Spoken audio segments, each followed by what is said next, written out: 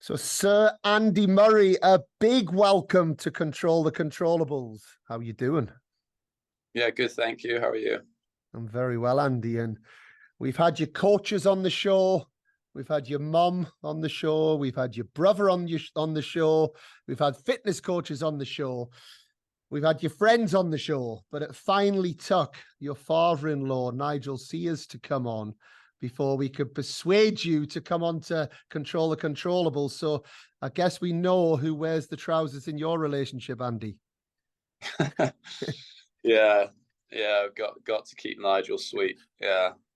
So a big thank you, and to the listener, Nigel Sears, episode 197. It's a brilliant episode as well. But Andy, I want to jump into lots of things. I know we don't have loads of time, but I think this to start with. Here you are, you're in the middle of another epic trip away from home, but you seem like you're still absolutely loving it out there. Yeah, I mean, I do. I think, one of the things that quite a lot of the players as they get older struggle with is like maybe like the traveling side of things. And I still really enjoy that. I love, traveling the world and going to, usually it's cities that we've been to beforehand, but sometimes, get to experience new tournaments, new places. And yeah, a lot of the cities we get to go to are some of the best cities in the world. So I still really enjoy that aspect of it. It's hard being away from the family for long trips, but my family are coming out to New York for 10 days in the middle of the trip to sort of split it up a little bit, which obviously helps. And does it feel different this time around? Because you kind of got to the point where it felt like your career was maybe over and it's almost like bonus time. Does it feel different? Does it feel like you're able to enjoy the cities a little bit more and remove yourself from just being Andy Murray, the tennis player?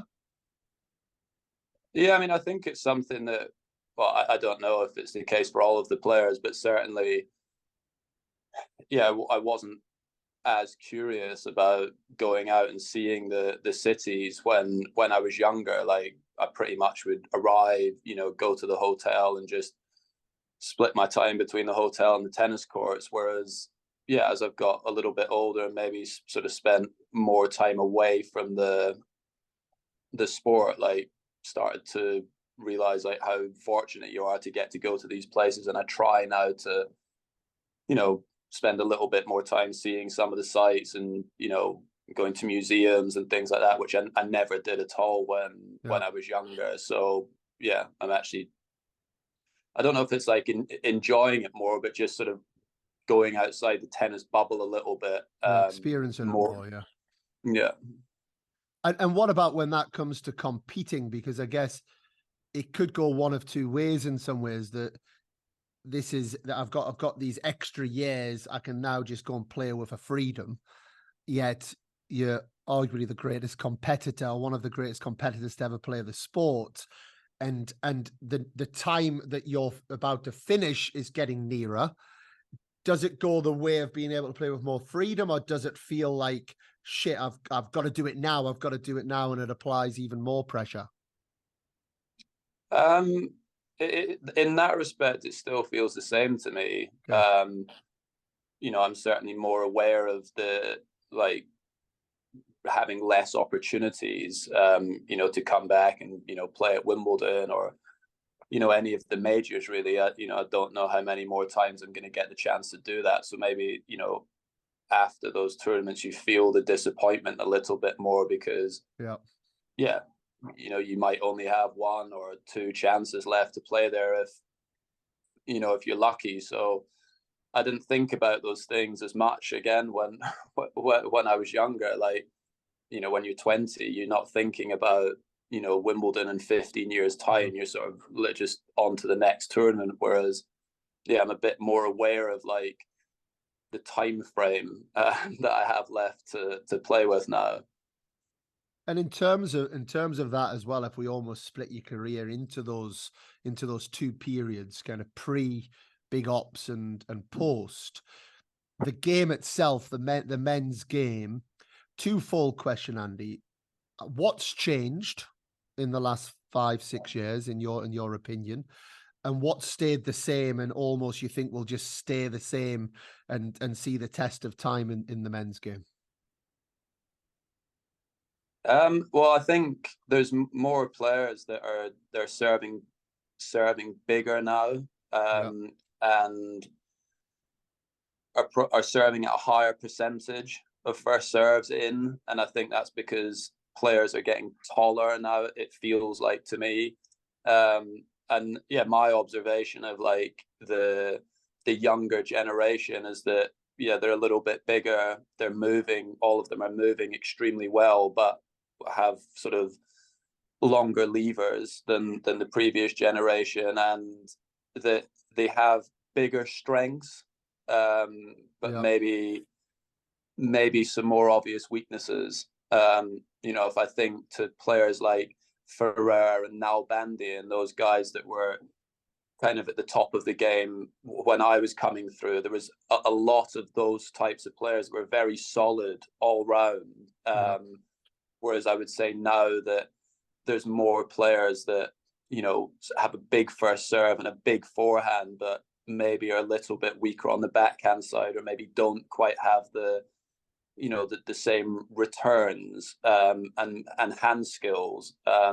It's not to say that there's some of the top young players now maybe have better backhands and forehands, but it just, to me, it seems like there's bigger strengths, but maybe slightly more obvious weaknesses than the previous generation. Yeah, it makes absolute sense. I can think of a few players off the top of my head as well that Yeah, I mean, I jump think, and into that's that. why, like, for me, like, Alcaraz stands, he's an amazing player, and regardless of generations, he'd be winning all the time Yeah. anyway, or right up at the top of the game. But for me, that's the thing that stands out about him, is that he has an all-court game. He doesn't have an obvious weakness that you can go to on the court, like, someone like Novak would have. And I think he's one of the few guys, of the younger generation that has all of those tools. Yeah, because it feels now there's a lot to do with matchup. As an example, the ones that jump to my mind, like Medvedev has the perfect game to beat Sinner, but then an Alcaraz has got the game to be able to disrupt Medvedev. And then you seem to have these different matchups that are starting to form depending very much on who's got what strength to attack what weakness, I guess. Yeah, and I think that's, again, for me, that is where Alcaraz, I think over time, he will be very adaptable to the opponents and the surfaces and everything. And he'll definitely lose matches, but I don't think you'll see guys with like 5-6, 7-0 head-to-head records against him. Whereas, yeah, like you mentioned, some of the matchups, there's players that just, yeah, there's just clear matchups that Yeah. don't favor one of the guys. And maybe you had that in the previous generation, but I'd say like Roger, Rafa, and Novak, is that when those guys are playing against each other, yes, there was, depending on surface and everything, would affect the head-to-head, but they were winning a lot against each other. It wasn't totally one-sided in any of those matchups. Andy, I want to jump into your upbringing a little bit, but before that, you're 25-12 on the year 2023. You've had a good year. There's been matches that I'm sure you feel have been left out there that could have turned a good year into a great year. But what's your analysis of 2023 so far for Andy Murray, and what are your realistic goals that you have for the rest of the year? Yeah, I mean, this year has been pretty up and down. I struggled a lot through the clay court season. Obviously the surface is more challenging for me, but I didn't play well. I didn't feel comfortable on the clay at all this year. And that sort of had coincided with really a sort of lack of consistency in the coaching front during that period. I didn't really have anyone around me consistently during that sort of 6-7 week period. And I sort of lost my way a little bit in that part of the season. And then, yeah, the rest of the year, like the beginning of the year, I got through a lot of matches that maybe I shouldn't have. I won a bunch of matches from, match points down and really tough positions. And then, maybe like recently, like last week against Fritz, I lost that match where I had, a bunch of opportunities, and probably the same at Wimbledon as well against Tsitsipas as well. So yeah, it's been up and down.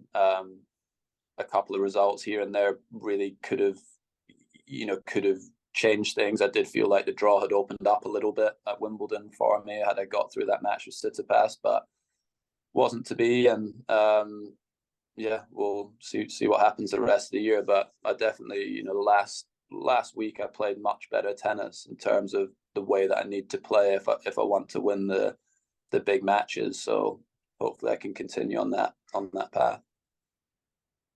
But taking you back all of these years, I think it's pretty well documented. And always on the podcast, we talk about the start in tennis. Now, we've had your mum on. She's told us about how you started in tennis, so we don't need to delve into that too much. We know that you had a tennis coach mum. We know that you had an older brother. We know that, that it was a very typical tennis story, I guess, starting at the tennis club. But the bit that I've always been fascinated with you, Andy, is I'm a few years older than you, but I was around at that sort of time. And I think the typical British tennis player at that time was quite soft-centered. We didn't really have any big role models. Tim and Greg were there, but they were a little bit kind of on a pedestal and almost away from us. And then all of a sudden, this incredible competitor appeared that just seemed to be hungry, that have this drive. I admire so much about your tennis, but your ability to dig deep and find ways in matches. It was almost like we'd never seen that from a British tennis player. I certainly hadn't seen that from a British tennis player for a long time.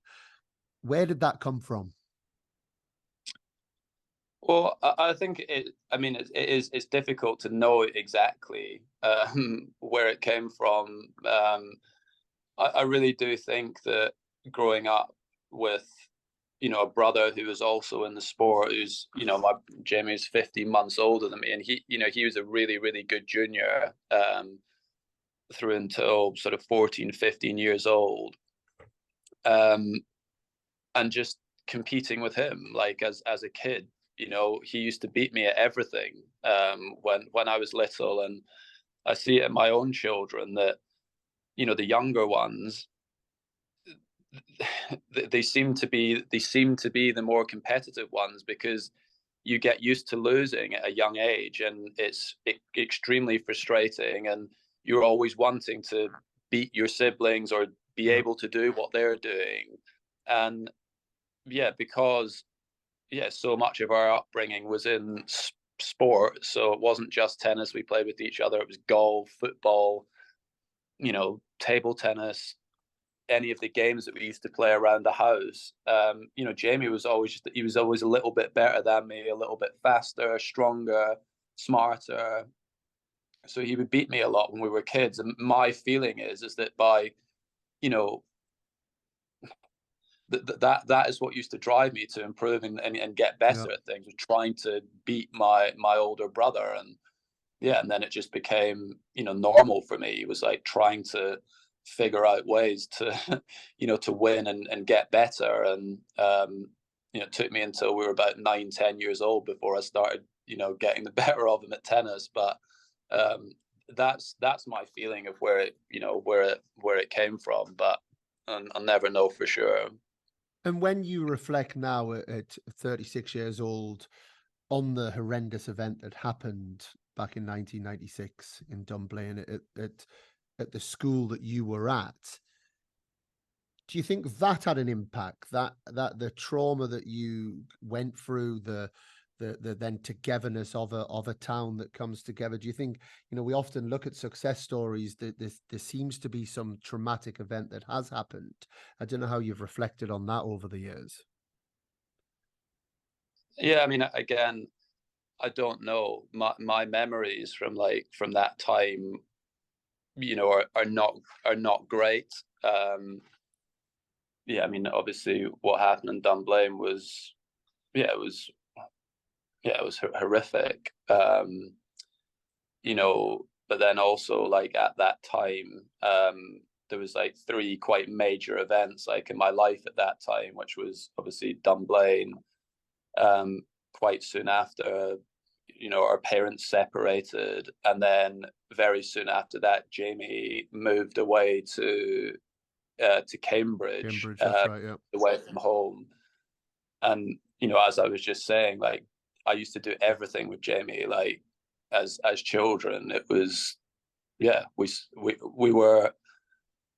I would say we're probably reluctantly best friends, and that like we're fighting obviously a lot as siblings, but we did everything together. And then when he moved away as well, like that was also that was really difficult, really difficult for me, because yeah, it totally changed how what my life was like at home, Yeah. as well. And yeah, I missed him a lot, which probably at the time, like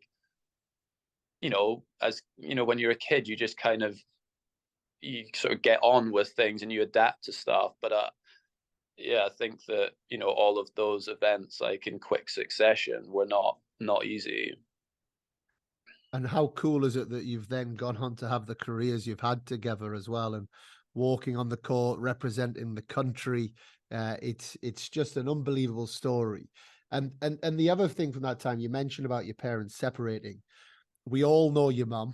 She's an incredible tennis coach, an incredible driving force, a terrible dancer, but somebody who we all had to watch.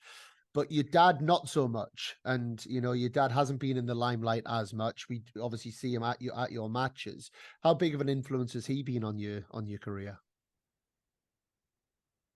Well, again, like when we were growing up, it was both of our parents were massively into sport, and just being active. So like our dad played a lot of golf. So me and Jamie that's what we would be doing, like in the evenings with him, or you would play in squash leagues or five-a-side football leagues and five-a-side football teams. And we would tag along to all of those things. We were just constantly like, yeah, just active, and trying different things and trying different sports because of our parents. And our mum was more sort of, I'd say, like the racket sort of sports side of things. She would play badminton and she would play tennis, whereas the golf and football and those things were more, we'd do that more with her dad. And I think that a lot of our holidays as well were all like center parks and that Yeah. sort of stuff, where we would just go we just played games. Like that was what we did. And they obviously gave up a lot of their sort of free time, at weekends, driving us down to England for tennis tournaments. They were called like Adidas Challenges or something at the time, where you drive up on a Friday night, play matches on Saturday, like 2 matches on a Saturday, 2 matches on a Sunday, and drive home. And yeah, both of them, yeah, gave up a lot of their free time, to help and allow me and Jamie to do what we did. And I think, like, as a parent now, like, it's one of the things that I have, like, I've reflected on. Like, if it was my kid who was like 13, like, would I be happy sending them away to go and play tournaments in America? Or when I was 15, like, I went, obviously, over to live in Spain. Like, would I be comfortable with my own children doing that? Would I be happy with them going away to South America for 5 weeks? And yeah, like, it's a big sacrifice that they made for us, and allowed us to pursue our dreams, and kind of let go in a way. Obviously my mum has always been around the tennis tour and stuff, but it wasn't like she was traveling over to South America with us and going to all of these tournaments. And I think it must have been really hard. I can only imagine how difficult I would find that myself. So yeah, both of them gave up a lot to allow us to do what we've gone on to do. It's certainly not an instant gratification job being a parent. you know, and like No. it takes a long time, and we've all, like you say, we've almost got to live it ourselves. And the other one, Andy, when I think of you and watch your career, that kind of unbelievable competitor jumps out. But the other thing that jumps out to me is your tennis IQ. And if I go back to a conversation I had with your mum, actually, and I think you would have been maybe 12 or 13, maybe a little bit older, but I was speaking to her at a tournament in Glasgow, and I remember it really vividly because at that point, you were on my radar already. You know, I think you'd won Orange Bowl or you'd done something, you know, you were starting to make some moves. And that weekend, Britain were playing a Davis Cup tie, and it was like Group 2, or it was on the BBC. And I remember your mum saying to me, no, Andy's different. He's not watching the British ties. He'll be on Sky watching Spain against France. You know, and it was like this on a clay court. You know, it was something along those lines. Then, if I share a quick story with the listener, in Indian Wells this year, I went back to the club, went back to the hotel, went back to the club because I thought it was this amazing evening of tennis. Alcaraz, Draper, Raducanu against Swiatek, and got the ticket, the coach's ticket, walked into the box, and there was 3 other people there. And you'd lost to Jack the day before, and there you were sat there watching Draper against Alcaraz to learn. We all saw your interview last week. We saw you on centre court watching Alcaraz and Djokovic in the final. It seems like that's been in your blood from an early age, watching tennis, learning about tennis, wanting to understand the game better. You know, how early do you think, and how did that get into your blood from such a young age? Well, I think we were from a young age, we're allowed to just we're allowed to compete. So it didn't matter what age you were playing against, but I would often play against kids that were 4 or 5 years older than us. We would sometimes play in the local sort of tennis club matches. So we play like doubles against some of the other clubs in the area. When we were really quite young, and we're playing against 30, 40-year-olds. So obviously, clearly we can't compete by matching them for strength and power, but you're having to find ways to win by I guess being smarter than them and using different shots and using lobs and angles rather than just trying to hit the ball harder. Yeah. And I did find that a lot actually when I moved over to Spain,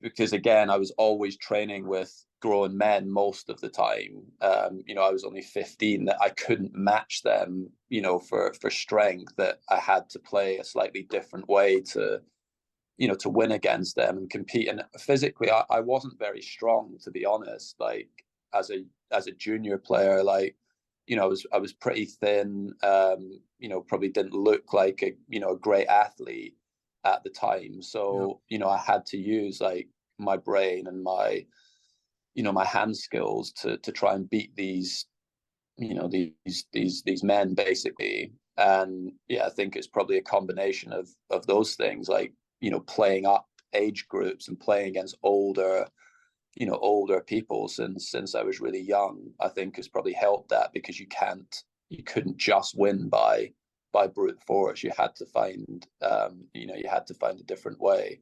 And I did watch loads of tennis when I was young. Like I used to I was out injured once, again, when I was 15, 16. I was out with a knee injury for like 6 months. And I used to, sit when all the matches were on Sky Sports, and I would sit in front of the TV and watch 5-6 hours of tennis in a row when I couldn't, train or do much rehab, and take notes on all of the players and stuff and how I would play against them. And, and it helped a lot when I actually got on the tour, because a lot of those guys, I'd been watching them since I was, 14, 15 years old. I've been watching them for 4 or 5 years and taking notes on them. And the one guy, and I never got to play him in a match, but I loved watching him when I was a kid, was Coria. And I got to practice with him once or twice when I was in Barcelona. He came to the academy where I was at to train, and he may see this differently, but I could just see what he was going to do. Like Right. I was Okay. reading exactly what he was going to do when we were practicing with each other, and I was able to win against him when I was only 16 or so. I'd have all my friends around the court that were at the academy, like On watching clay? and supporting. So On clay? no on hard. Unfortunately, not on clay. But yeah, like I loved watching and found that side of the game, really, really interesting. And I wish I'd been able to do it more over these last sort of 7, 8 years, like actually have the time to sit down and watch matches in the stands and learn a little bit more, because it definitely helps. Because how different is it?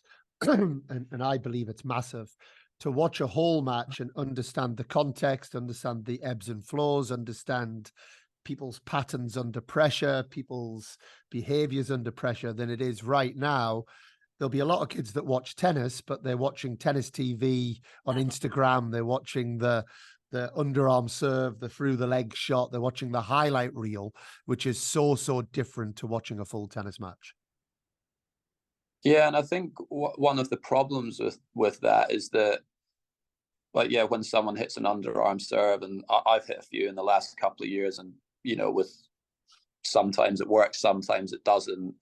When a through the leg shot, when someone pulls that off, like, yeah, it's brilliant. It's great to watch, but the percentage of points that players actually win when they do that sort of stuff, in my opinion, is very low. And you could see someone try 5 in a match and they win 1, and that's what everyone sees on the highlights package, not the other 5 shots that the other 5 through the leg shots that they butchered, or when they've hit an underarm serve and the players just run up to it and hit a winner, or they double faulted with it or whatever.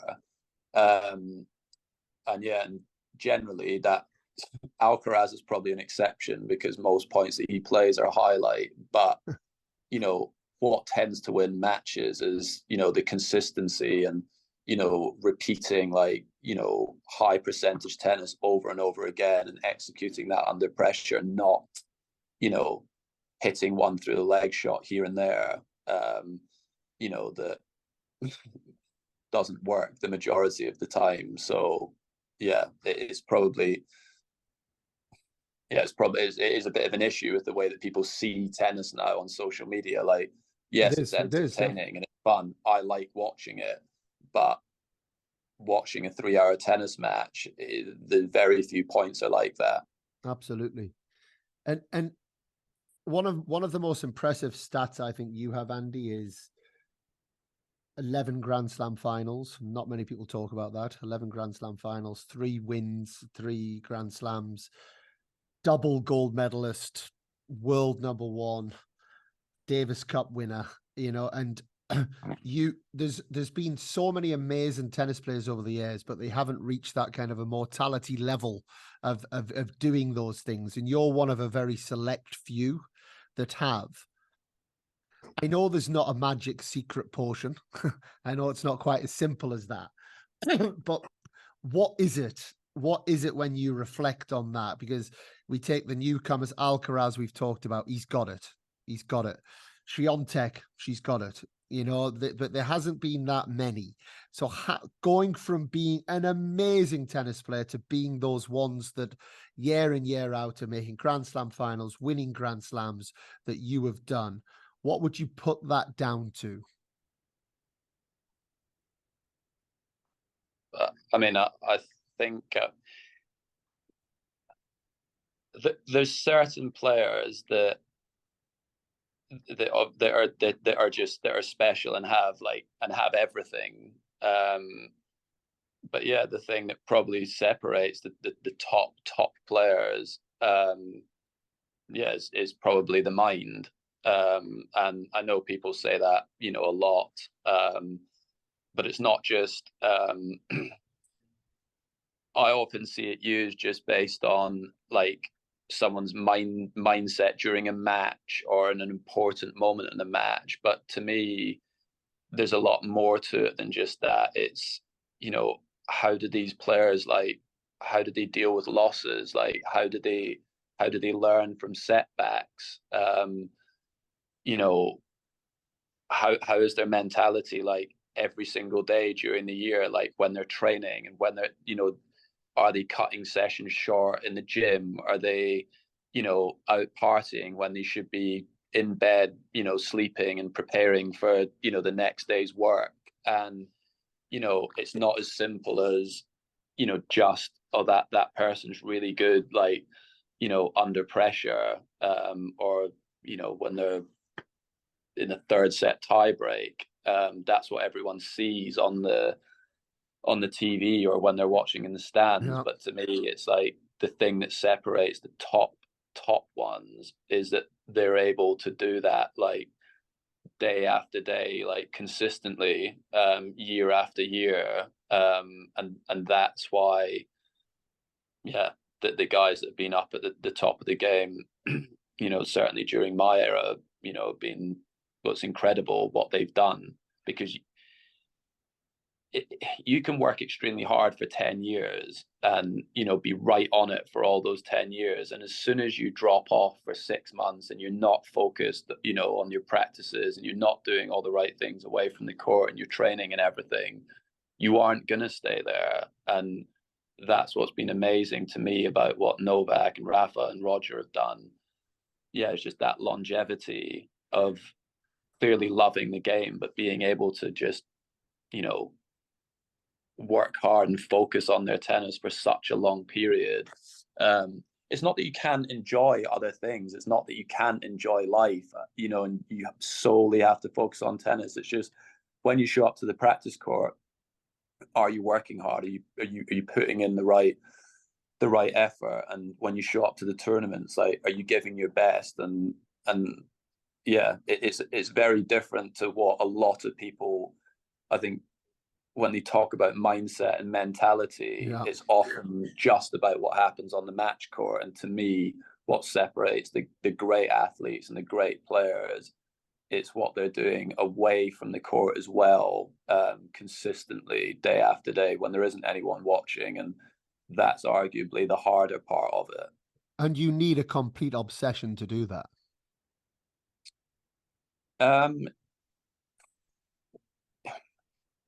For me, obsession is probably is an unhealthy word, and at times I probably got that wrong during Okay. my career. And I wish at times that, I had taken a step back and, enjoyed successes a little bit more, and taken a bit more time off, and those sorts of things. Because I think that is also a skill in itself as well, to be able to do that.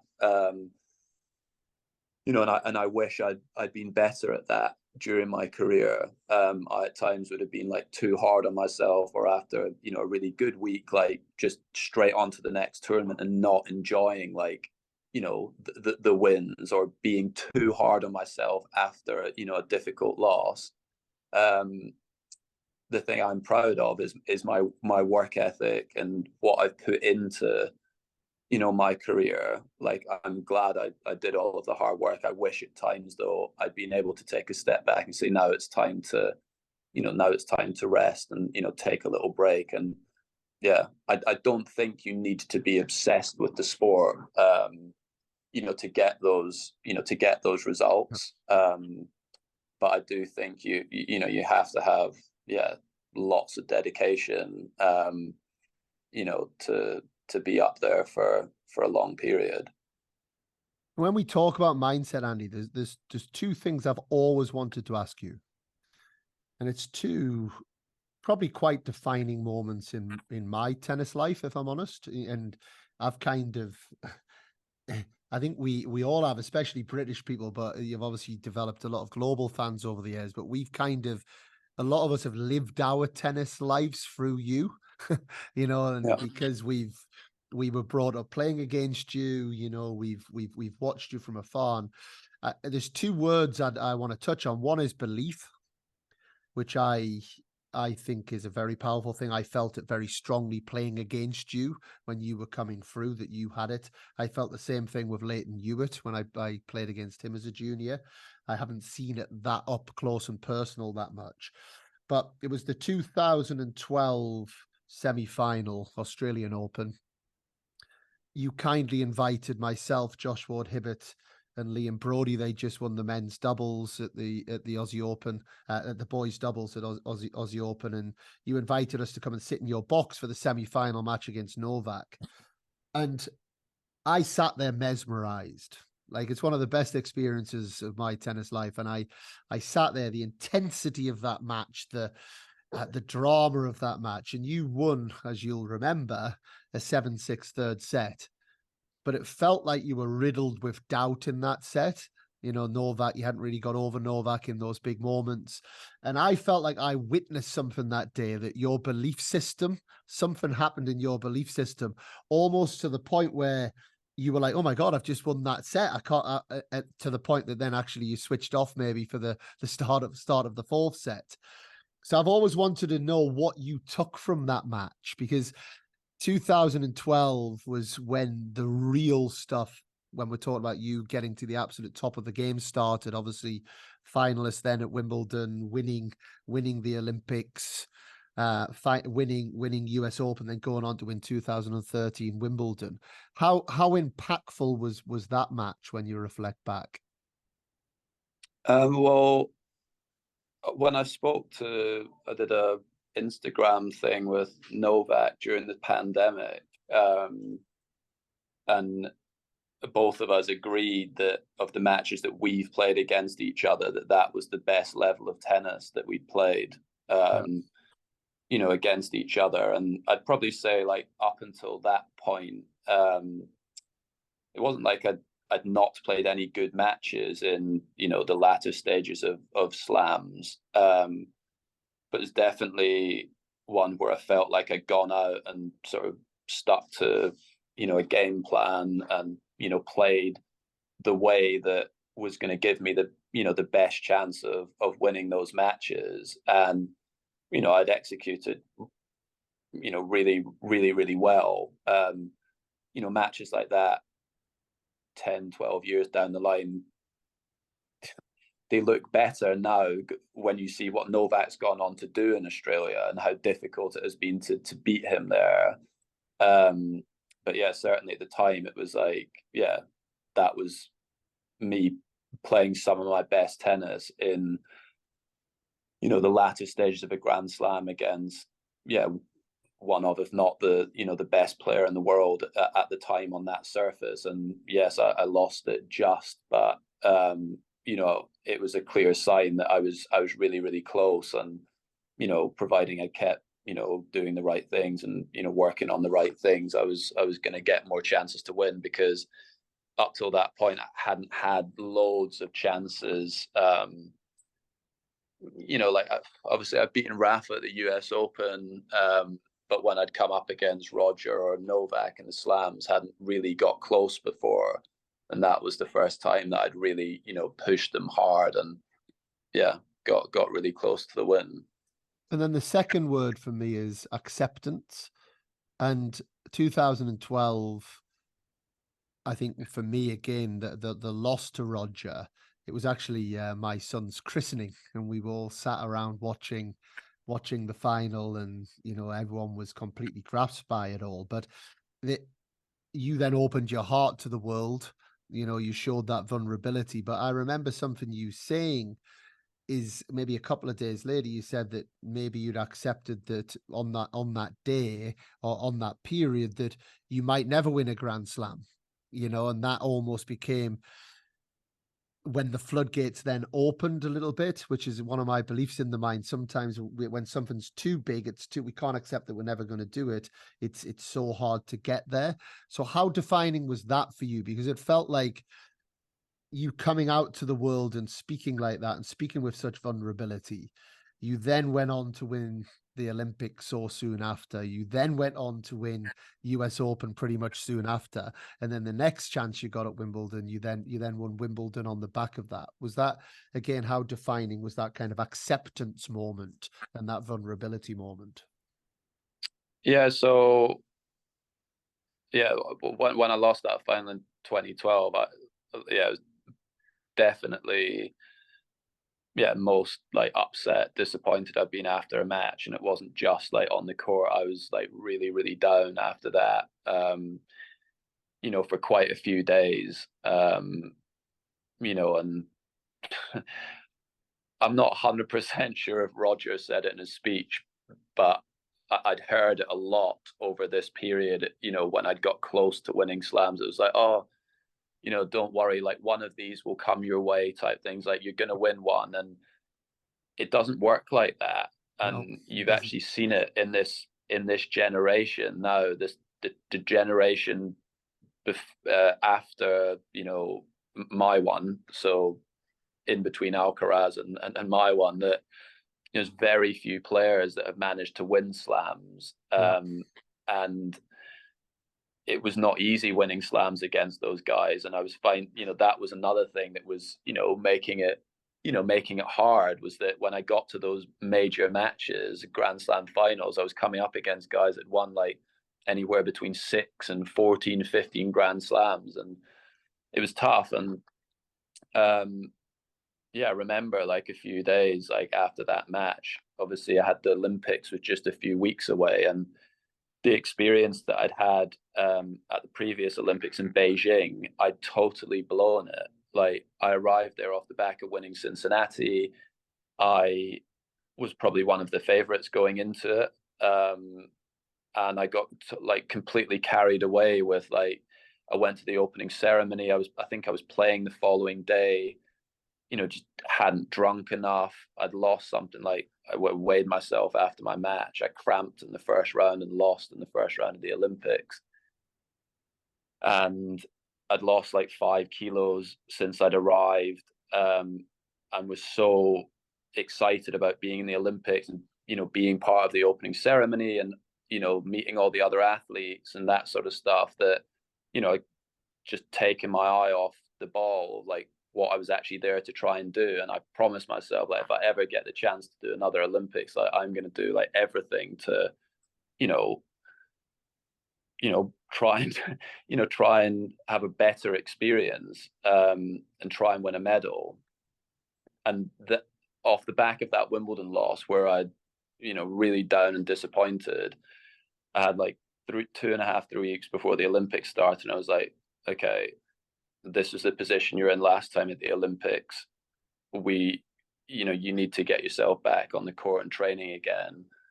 And you're doing everything that you can. Like, you can't put in more effort and more work than what you're doing.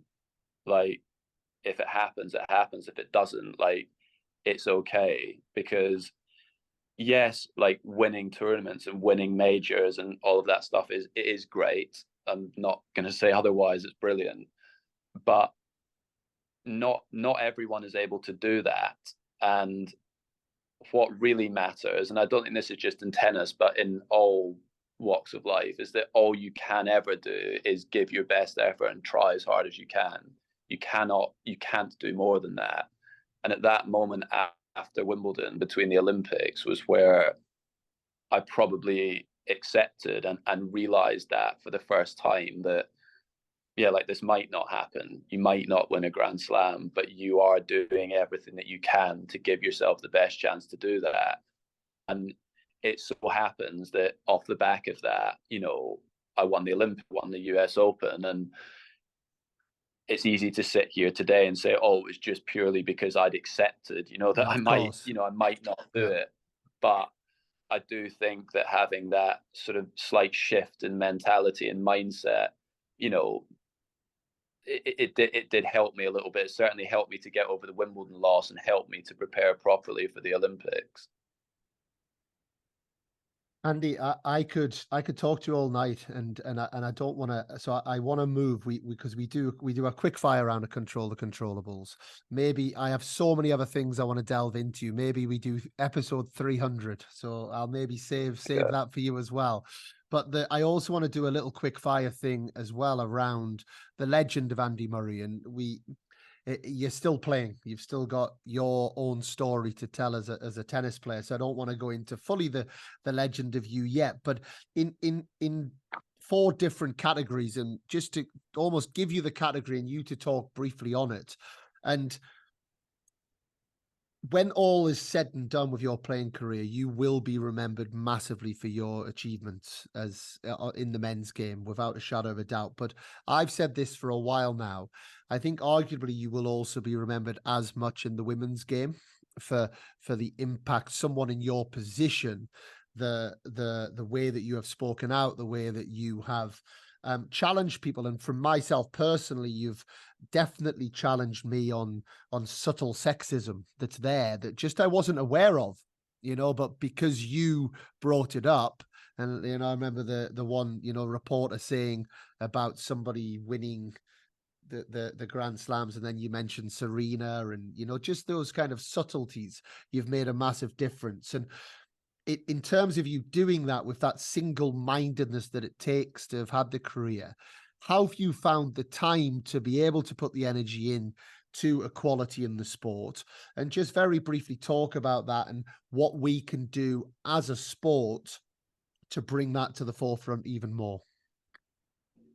Well, I probably also wasn't really aware of it until I started working with Amelie Mauresmo, and also probably would have been guilty of some of the, the same sort of comments that, would have flown around like the men's locker room and stuff over the years as well. And, but never really, I didn't pay much attention to it, didn't think it was an issue.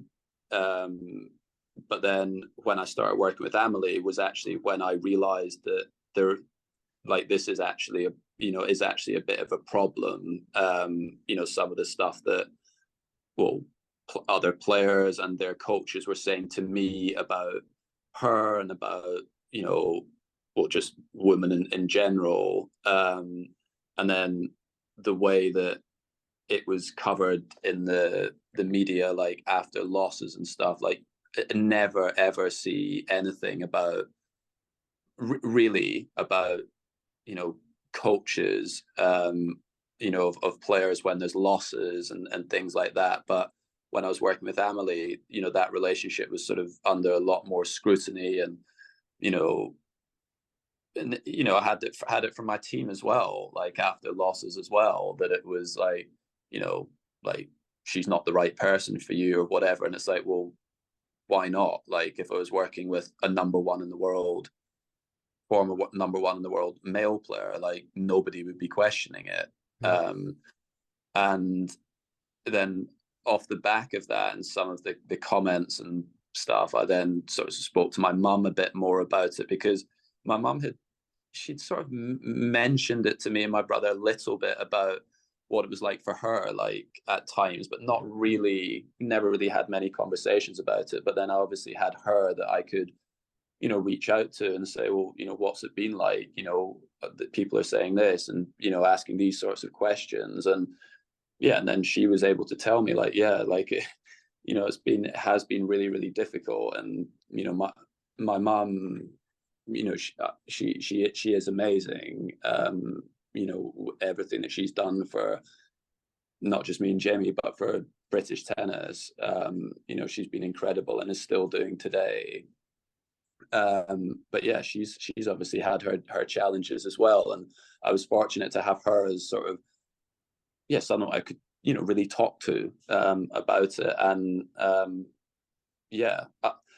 to be honest, once I became aware of it, I didn't feel like it was something that took up loads of energy. It was just something that once you became aware of it, it was like, when someone would make a comment in press or ask me a question about something, like one of them was around American tennis, like, whatever.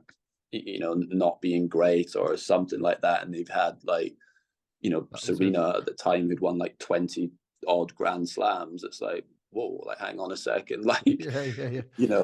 you're ignoring like the best tennis player of all time pretty much to that moment. Yeah.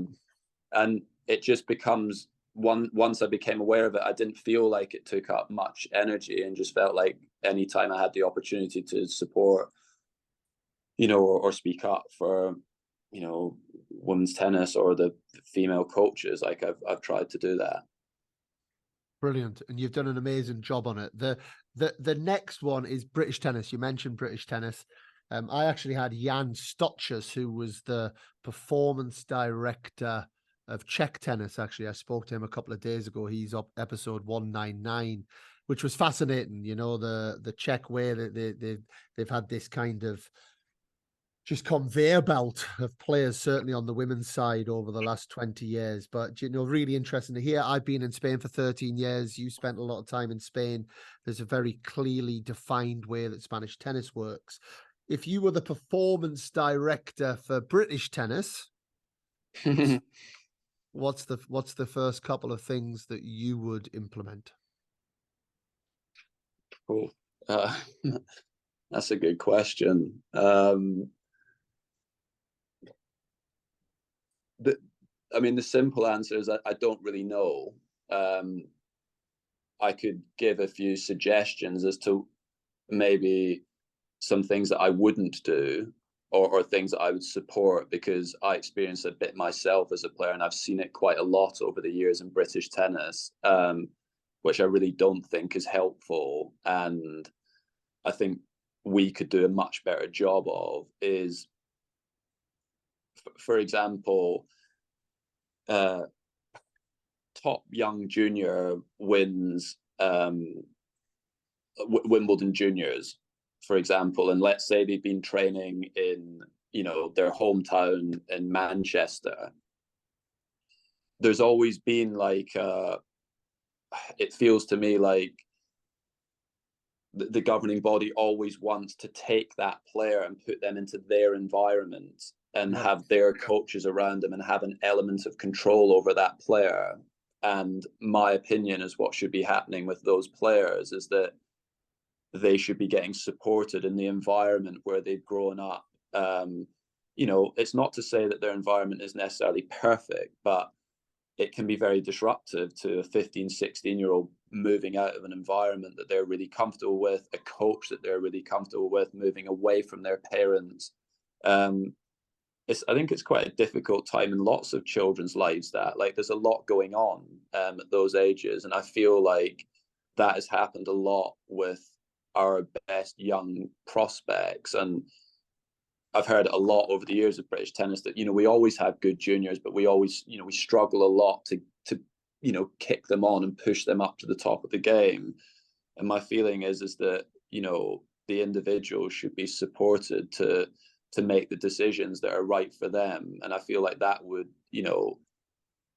give those players a better chance at having a more successful career, by not having to change their training bases and change their coaches and those sorts of things. Like when I was 15, I wanted to go over to Spain. That was my choice to go over and do that, and my family supported me, but the governing body didn't really support me at the time. I was offered a place to train in Sutton,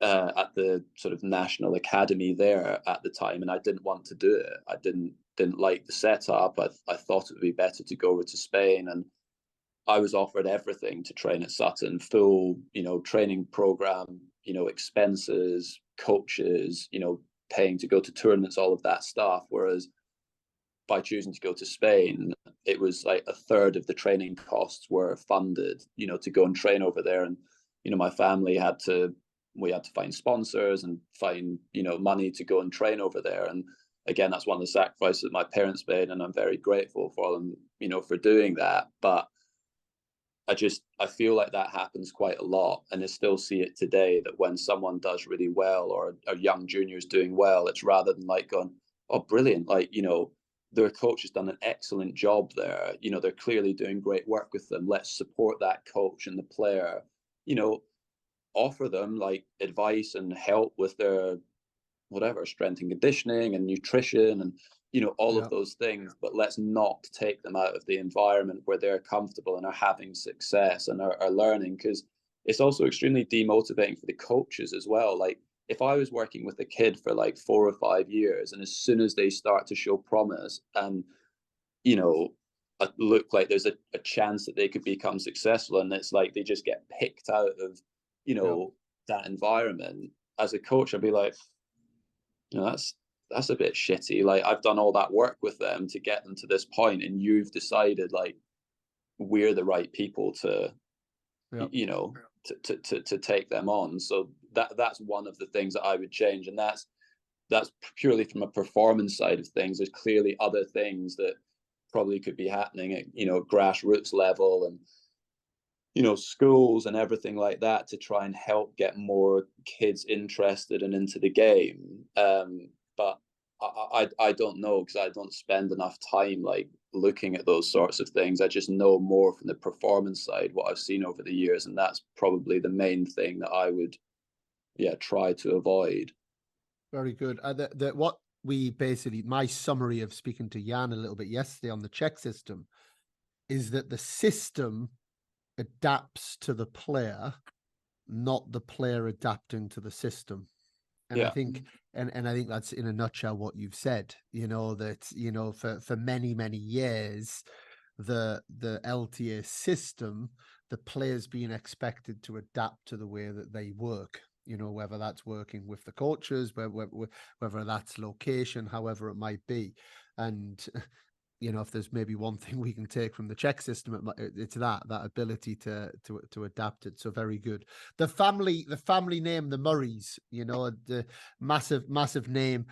In Nottingham, there was a lovely moment. I think it warmed all of our hearts when there was a genuine surprise that your kids were in the crowd watching you win that event, which was incredible. So, how much motivation does that give to you, to be able to have these experience in front of your kids?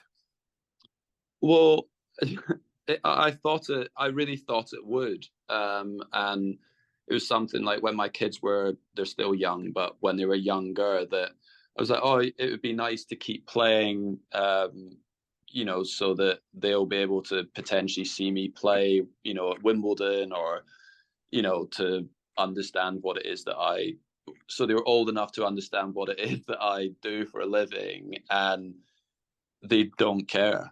They really don't care. And yet. Well, I think but that's the thing, is that as tennis players, like certainly individual tennis players, I think we see things often through like our own eyes, and at times can be selfish, and selfishly, like I wanted that probably more for myself than for them. Like I was saying, like, oh, it'd be nice if they could grow up and come and watch me play.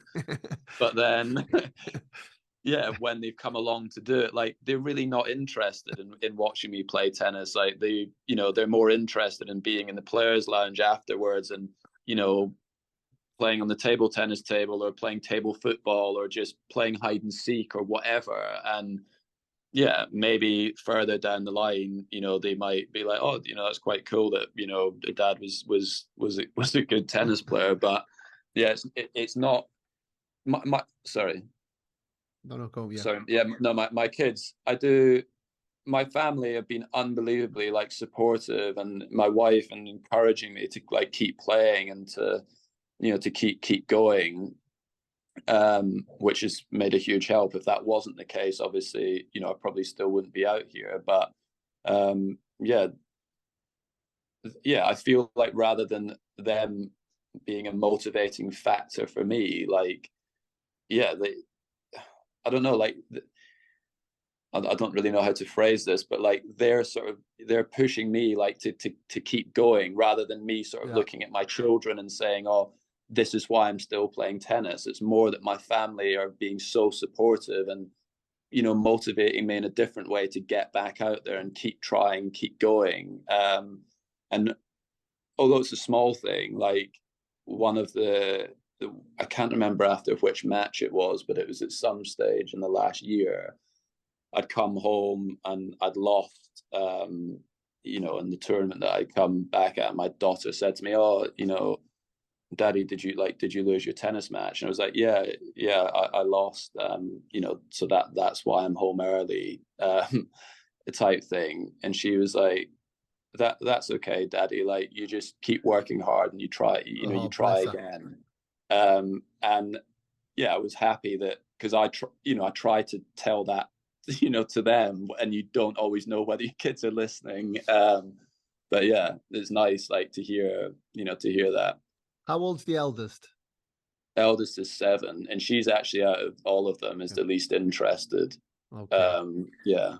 Because I thought of my kids, they never really had any interest in my tennis or my coaching or my job or my things. But actually, I got a call tonight of my 12-year-old. He's in Germany playing a Tennis Europe actually event.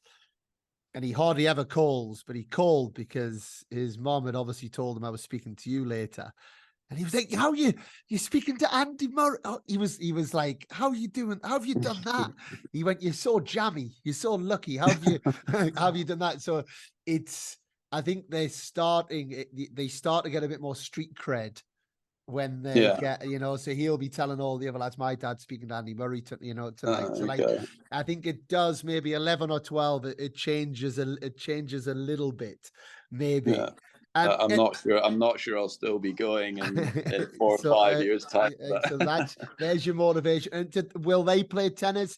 If they do, and if anyone doesn't know listening, not only would Andy Murray be the tennis dad, but you would then have some pretty super grandparents, tennis grandparents yeah. behind those kids as well. Would you like them to go down that route, or again, it's not about you? Are they showing any signs that they will? So the two eldest ones play once a week for 45 minutes. And if it was something that they really wanted to do, then I would absolutely support them in doing that. I certainly wouldn't. I wouldn't push them towards. I will push them to be active, and to try lots of different sports, because Yeah. I think so many benefits can come from sports and being part of sports teams and everything, from, well, health perspective, and just learning a bit about life, like learning about winning and losing and those sorts of things. I think sport is brilliant for that. Yeah, I think, yeah, for your mental health as well. And also, maybe, I certainly felt it helped me, but like when I was getting to like 13, 14 years old, just sort of kept me away from doing silly stuff at times, like, because I Yeah. was going to my tennis coaching or my football clubs and those sorts of things. So I would definitely encourage them to, you know, to try sports and to stay active and stuff. But you know, I'm not getting them to play tennis sort of 4 or 5 times a week. You know, it's just, if only if they're enjoying it. And you, Andy Murray, what do you want to be remembered for? Um, I don't know really. I don't know. Um, I mean, I think, like I said earlier in the chat, like, for me, the thing that I know that I'll be proud of, like, when I finish my career, is that, yeah, is that I've given pretty much everything that I have, like, from a physical perspective, like, to the sport. Like, I've really, you know, given, yeah, put a lot of hard yards and effort in, and I've been very fortunate. I've been very lucky to have the, you know, the career that I've had, in tennis. I'm very grateful to tennis for, you know, providing me with, you know, with that, and the chance to travel the world and do all those, you know, amazing things, and go to incredible cities and play in front of, you know, massive crowds and stuff. I've loved it. It's been brilliant. But yeah, there's not something that I necessarily want to be remembered for. Just, yeah, that I've given, yeah, given my all to the sport, really. And when the playing does end, none of us want it to end. We're not talking about it ending anytime soon. What would be next for Andy Murray? Well, initially, I'll definitely spend way more time at home. I'm not going to rush into doing a job that means that I'm having to, like, I wouldn't want to coach full time on the tour immediately. Like, I've said that to my wife and my family. Like, I do love being at home. Like, over that grass season, I was home for 2 months in a row, and it was brilliant. And I also got that opportunity at times when I was injured in these last few years to be at home, and it's been brilliant. And I do love that. I love being a dad. I love being at home. So that's will definitely be my priority initially, but I also don't want to sit and not do anything, like, during the days. Like, when I'm home and the kids are at school, for a couple of days it's nice, but by like Wednesday midday, I'm like, I have to do something. I'm like walking around the kitchen. I don't know what to do with myself. So I will definitely, I'll get a job and I will work. But what that looks like, I really am. I'm not sure. To be honest, I definitely won't do commentating. I know that. I definitely won't be doing any commentary work. I didn't enjoy doing that. And Did you not? no, I didn't enjoy doing it. That's interesting. Yeah, didn't enjoy doing it. Too much talking. You get a 4-hour match. There's not always something to say. And yeah, didn't really enjoy the commentary stuff. One of the things that I probably would enjoy doing is like analyzing matches a little bit more. I think they do quite a good job of that in football. Like, Yep. I follow football a lot, and it's quite interesting. Like, I think like Gary Neville and Jamie Redknapp do a really good job of like getting their opinions out there, and often they're contrasting, and it works really nicely, I think. Whereas in tennis, I feel like when people are analyzing and talking about matches, that everyone just agrees with each other all the time. There's no real, Yeah. no, I don't agree with what you said there, and this is why, and I'm going to show you in this video why that's wrong. Yeah. Like, that side of things, I find more interesting. To get contrasting opinions out there and different views on matches and matchups and those things. But yeah, didn't find the commentary stuff that interesting. So Nick Kyrgios, you could coach him. That all you need is 5 weeks. 5 weeks on tour.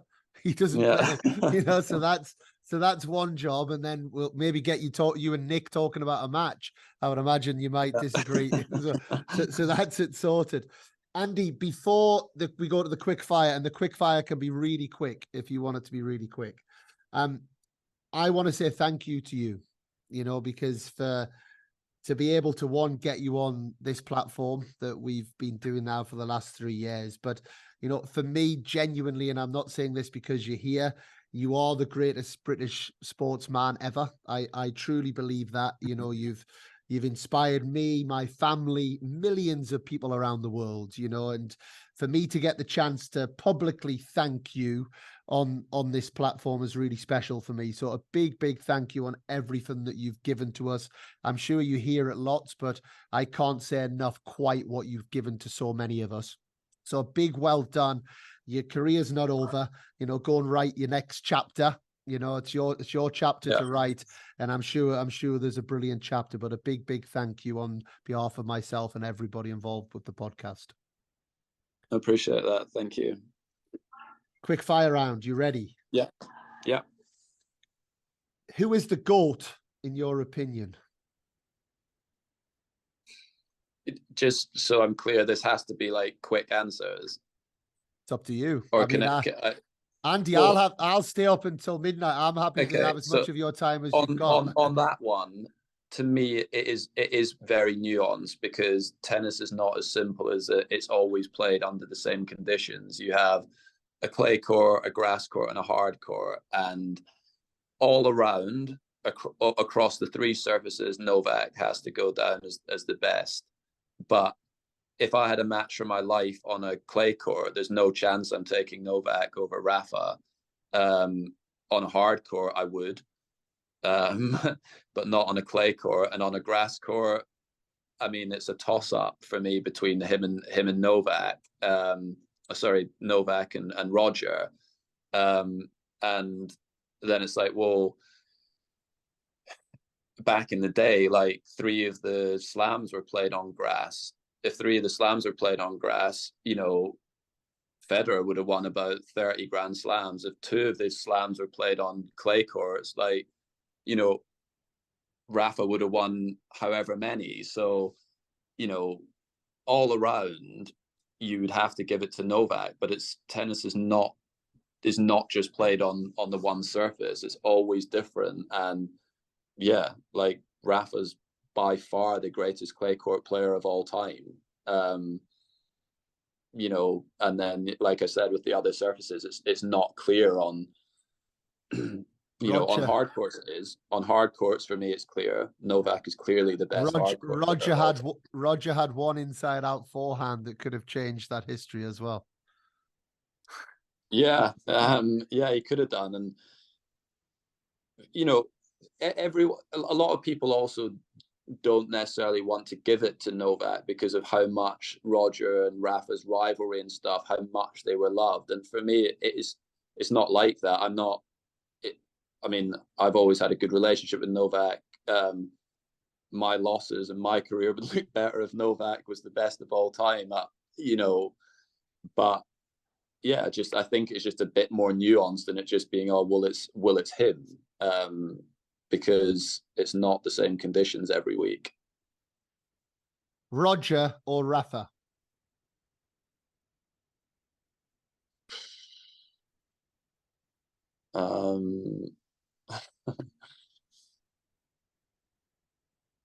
Roger. Serena or Venus? Serena. Carlos or Novak? Novak. Forehand or backhand? Forehand. If you could relive one moment in your career, so it could be one of your Grand Slam wins, or you could swap that to take a moment back, what would it be? So if you could, so when you say I can take, I'm going to start that question again because we can edit that out. If you could relive one moment in your career, or you could redo one moment in your career, what would it be? I'd probably like to redo the French Open final against Novak. Yeah, it would be that, because I was pretty close. Although the scoreline might not look, I was very close in that match. I won the first set, had break points early in the second set, and was, you know, I was in a pretty good position. And for me, if I'd managed to win the French Open, that would have been, yeah, probably would have been the best win of my career. So yeah, I would probably like to have another go at that one. Underarm serve or not? Or not.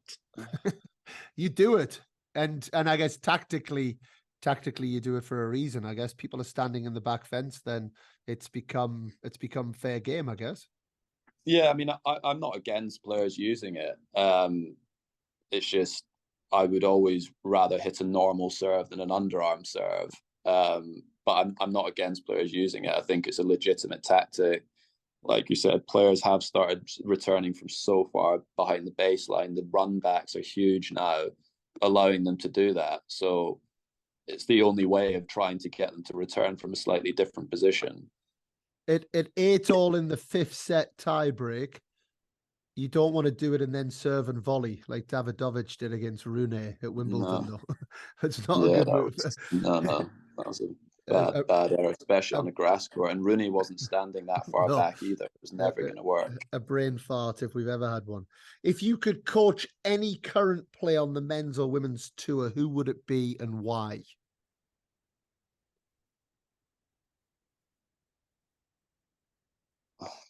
I mean, it's a pretty boring answer to this, but I would have to say Alcaraz, just because, one, I think it'd be great fun. I think he seems like he's, really like coachable. He has all of the shots. I mean, yeah, I would love to coach him. And then on the women's side, I'd love to coach Swiatek. Because I think they're both brilliant. I love watching both of them. They both seem like, really nice, good people. And they're still young, so still probably can still learn a lot and are still bound to improve. So yeah, I mean, I'm sorry about those answers, but I mean, it would have to be those two. You want an easy life, huh? Yeah.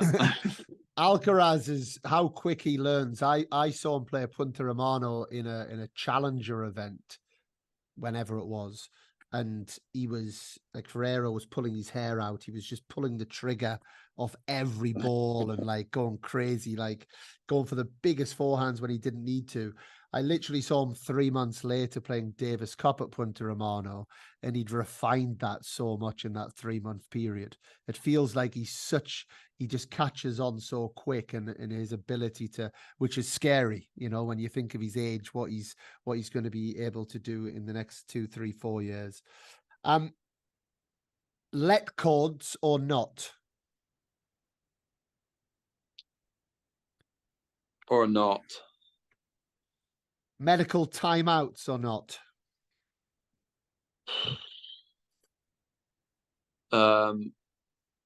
Yes to medical timeouts, but there should be like a forfeit of game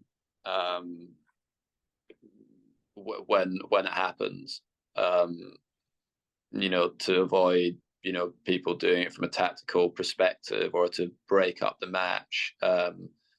The person should have to give away, like, their opponent's next service game, so that it's not hampering the opponent, in my opinion. So yes to medical timeouts, but I do think there should be a penalty for using them. And a one that's very apt for you after this year's Australian Open. When playing 5 sets, should there be an extra toilet break, or should players be provided with a nappy? Yeah, I mean, for me,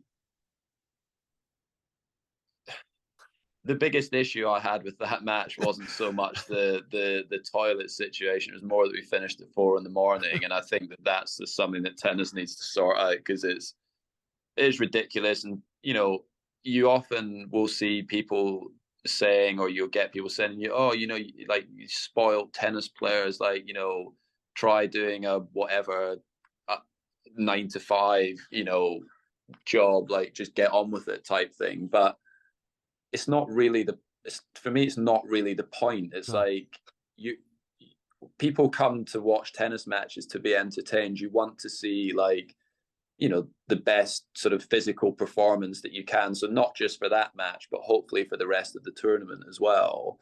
And it's not just the players that are involved in it. It is all of the officials. It's all of the people that work behind the scenes at the tournament, that are working for the TV stations. It's the ball kids, it's their families and all of that stuff. So yes, players can go and play a match until 4 a.m, even though, it does ruin their chances of recovering for the following match. But it's everyone else that goes with it.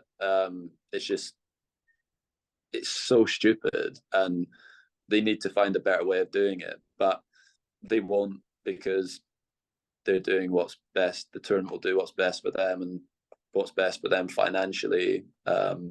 So yeah, that won't change. The same at Wimbledon this year with the the rules around the roof, and the curfews and all of those sorts of things, and it won't change. What's one rule change you would make in tennis? I would probably get rid of I'd probably get rid of the 5-minute warm up.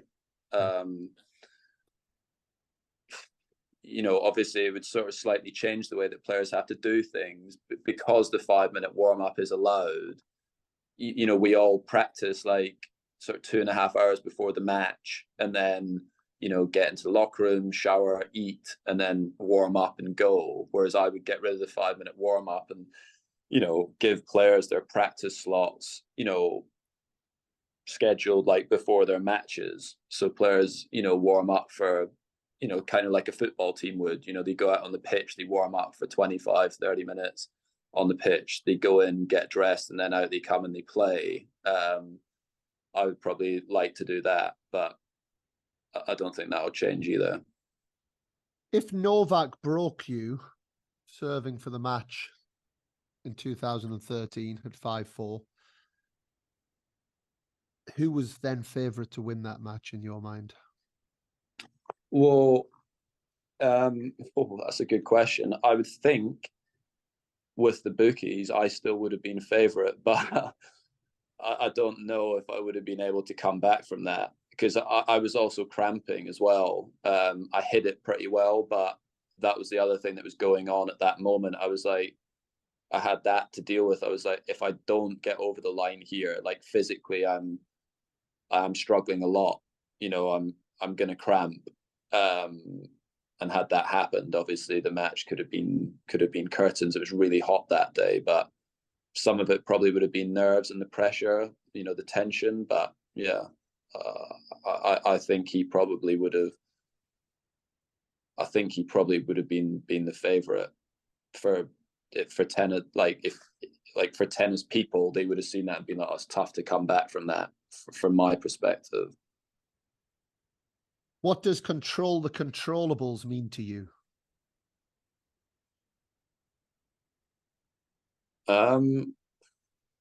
Well, for me, it's about taking care of all of the things that that you can. So I would use it in like from a tennis perspective, and I think I've spoken a bit about it, and what separates like the top players from everyone else is that they are taking care of all of those things, like they're training, they're eating, they're sleeping, like day after day after day, and are in control of those things. And and then trying not to worry about the things that are out of your control. And again, that is about controlling your mind as well, because we all have those doubts and fears and all of those things. But you need to learn to control those things. So from a tennis perspective, that's how I would view it. And the last question I ask every guest, there's been a lot of guests have said your name over the years, Andy, when I asked this question. But the thing that I want to preempt before this last question, you are the responsibility holder to pass the baton. That's how it works at Control the Controllables. So like I had one guest that said Donald Trump, and you'll get the question in a minute. And I said, well, how are you going to get Donald Trump onto this podcast? And they said, well, I'm not going to be able to. So you can only say a name that you have the ability to get them on. And who should our next guest be on Control the Controllables? I mean, you've got to go big, don't you? I mean, Surely. having you on here, you are the door to some much bigger names. There's not. This is some people that come on as good as a guest as they are, they don't quite have that door to unlock.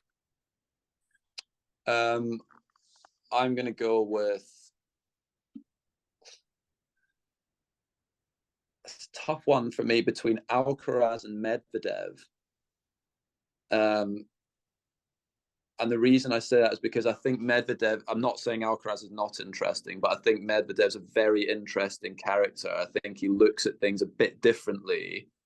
And I think he'd probably be a really interesting guest.